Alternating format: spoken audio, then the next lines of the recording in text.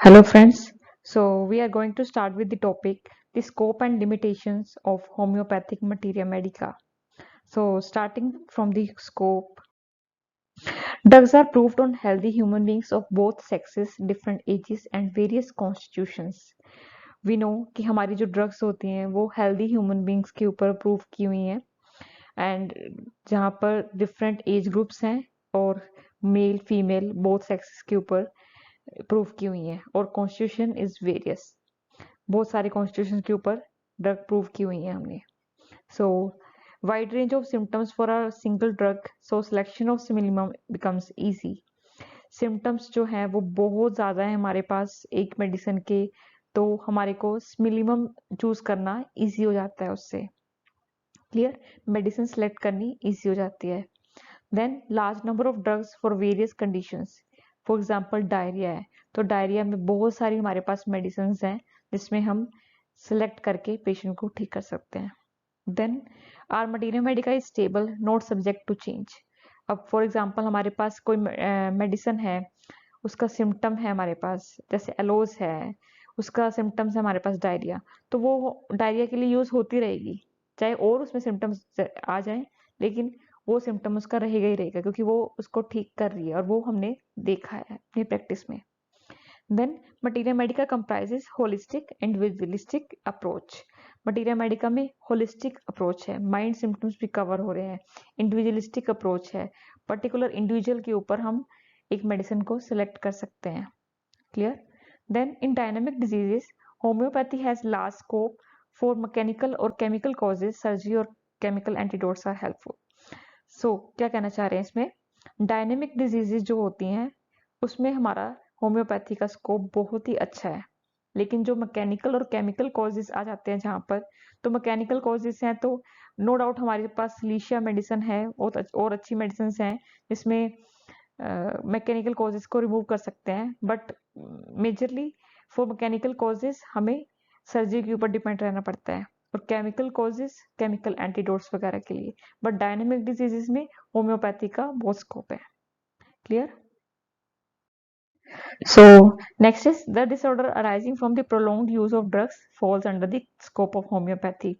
Like patients हमारे पास आते हैं ओवर ड्रगिंग के जिन्होंने एलोपैथी मेडिसिन बहुत खाई होती हैं या कोई और मेडिसिन बहुत ज़्यादा खाई होती हैं तो उनका बहुत अच्छा ट्रीटमेंट हो जाता है होम्योपैथी में क्लियर बेसिकली स्कोप क्या है कि हम होम्योपैथी को कहाँ कहाँ यूज़ कर सकते हैं होम्योपैथी कहाँ कहाँ हमारे लिए हेल्पफुल है that is scope clear then it helps in cure of structural changes also structural changes में भी इसका बहुत अच्छा स्कोप है until unless वो irreversible नहीं है क्लियर रिवर्सिबल है तो हम उसको जरूर ठीक करेंगे ठीक then disorders rising from the bacteria और वायरसेस बैक्टीरिया और वायरसेस के केसेस में भी होम्योपैथी का बहुत अच्छा स्कोप है लाइक आर्सेनिक एल्बम हमने कोरोना वायरस में यूज करी clear subjective symptoms are got during proving so they are considered during treating subjective symptoms हमें मिले ड्यूरिंग द प्रूविंग टाइम और हम उसको ट्रीटिंग में भी इसको यूज कर रहे हैं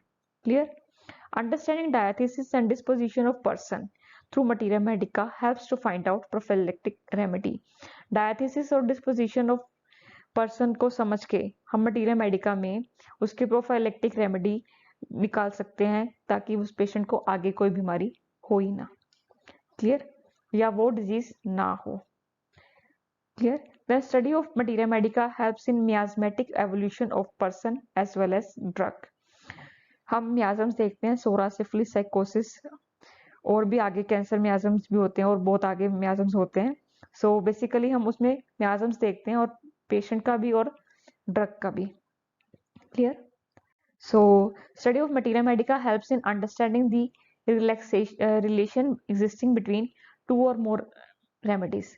Materia medica में हम दो मेडिसिन को स्टडी करते हैं तो हमें बड़ा अच्छा मतलब देखने को मिलता है जैसे ब्रोनिया और रेस्ट्रोक्स है ब्रोनिया में क्या हो रहा है कि पेशेंट को लेटने से आराम मिल रहा है लेकिन उसके ऑपोजिट रेस्ट्रोक्स में क्या हो रहा है पेशेंट को चलने से आराम मिलता है जब पेशेंट चलता है तब आराम मिलता है क्लियर अब इसको हम बेसिकली देखें कि जो डीजेनरेटिव डिजीजेस हैं उसमें पेशेंट को क्या होएगा पेशेंट कहेगा कि मैं सोता हूँ ना मैं लेटता हूँ तब मेरे को आराम मिलता है तो वो ब्रोनिया की तरफ चला जाता है और दूसरी तरफ पेशेंट्स जो होते हैं, फॉर एग्जांपल कि पेशेंट को आर्थराइटिस, रूमेटॉइड आर्थराइटिस वाले केसेस हैं, तो उसमें क्या हो रहा है, पेशेंट को सुबह सुबह बहुत दर्द होता है, लेकिन जैसे जैसे वो चलता है सारा दिन, तो वो पेन जो है वो ठीक हो जाता है। तो ये रस्टॉक्स की तरफ चला गया। ये मैं एक एग्जांपल दे रही हूँ जिससे आपको समझने में हेल्प मिले। ठीक। सो नेक्स्ट इज लिमिटेशंस। अब हर एक पैथी की लिमिटेशंस होती हैं, सो होम्योपैथी की भी हैं। So every since has some limitations. Homeopathy is not an exception. The true understanding of scope and limitations of materia medica helps the homeopath physician. So basically हमें अपनी limitations पता होनी चाहिए कि इनमें हम नहीं जा सकते। Like कोई severe cases of mechanical obstruction वाला आ गया पेशेंट, तो उसको सर्जरी में जाना है तो सर्जरी में जाना है। तो होम्योपैथी का अपना ही स्कोप है, लिमिटेशंस है। तो बाकी पैथीज ऐसे, बाकी पैथीज का भी है कि स्कोप और लिमिटेशन उनका अलग अलग है। आयुर्वेद का भी अपना है। So starting with the limitations, no proving are available on pathological changes in homoeopathic materia medica. So proving available नहीं है पैथोलॉजिकल चेंजेस में कि क्या क्या प्रूविंग, क्या क्या चेंजेस आ रहे हैं प्रूविंग के टाइम पे। There is no medicine which has been proved upon a production of pathological changes in proper application on these drugs. So proving available नहीं है pathological changes जो हो रही हैं। Then it is unimaginably vast. Nobody can remember all the symptoms. So vast इतनी ज्यादा है कि सारे मेडिसिन को याद रखना इजी नहीं है, इसीलिए आजकल सॉफ्टवेयर्स वगैरह हमारे पास आते हैं। Clear. Then in case of acute emergencies like haemorrhage, वहां पर हमारा स्कोप कम हो जाता है, लेकिन फिर भी हमारे पास अच्छी मेडिसिन है लाइक आर्निका, जिसका बड़ा अच्छा इफेक्ट होता है हेमरेज में। Clear. Certain drugs which are proved are rare remedies, so utilisation become difficult. कुछ ड्रग्स हैं जो रेयर रेमेडीज हैं, उनका यूटिलाइजेशन भी डिफिकल्ट हो जाता है। तो next is improving practitioners attempted to characterize about 30 modification of the sensation of pain by much descriptive words like aching, tearing, tingling, etc. But in many cases it is extremely difficult or even impossible to represent our sensation by words. So basically हम homeopathy में क्या करते हैं कि हम patient के sensations को observe करते हैं कि पेशेंट क्या कह रहा है, पेशेंट क्या बोल रहा है, कि वो क्या कहना चाहता है। तो उसकी जो सेंसेशंस है लाइक पेन में, उसकी कौन से टाइप की पेन है, ठीक है। तो कई बार डिफिकल्ट हो जाता है कि एग्जैक्ट सेंसेशन को ढूंढने के लिए। क्लियर। सो जैसे हेपेरिकम है, उसमें नर्व पेन होती है, तो बेसिकली हमने उसको ढूंढना है। तो ये ढूंढना ही वो कह रहा है कि मुश्किल हो जाता है। Clear. Many of our provers were non-medical men, so most of symptoms lack authenticity. हमारे जो प्रूवर्स थे काफी वो नॉन मेडिकल्स थे, तो उनकी जो ऑथेंटिसिटी हम वो उसमें हम लैक कर जाते हैं। Then next is lack of sufficient female provers, so female symptoms are less. Female provers कम है, तो female symptoms भी कम है। सो प्री ऑपरेटिव पोस्ट ऑपरेटिव में भी हमारा जो स्कोप है वो कम हो जाता है, वो लिमिटेशन एक आ जाती है। और एनेस्थीसिया, अबॉर्शंस, कॉन्ट्रासेप्टिव ड्रग्स वगैरह में। So next is there is no book on materia medica which can be claim to be complete and contain everything. कोई ऐसी बुक नहीं है जहां पर हम कह सके कि सब कुछ लिखा हुआ है, सब कुछ ही है इसमें। वो बेसिकली हर एक में होता है, तो इतना मेजर इशू नहीं है ये सब चीजें, लेकिन हमें लिमिटेशंस लिखनी है एग्जाम पॉइंट ऑफ व्यू से। तो these are the limitations in case of palliation where other therapies has to be given to minimise the sufferings.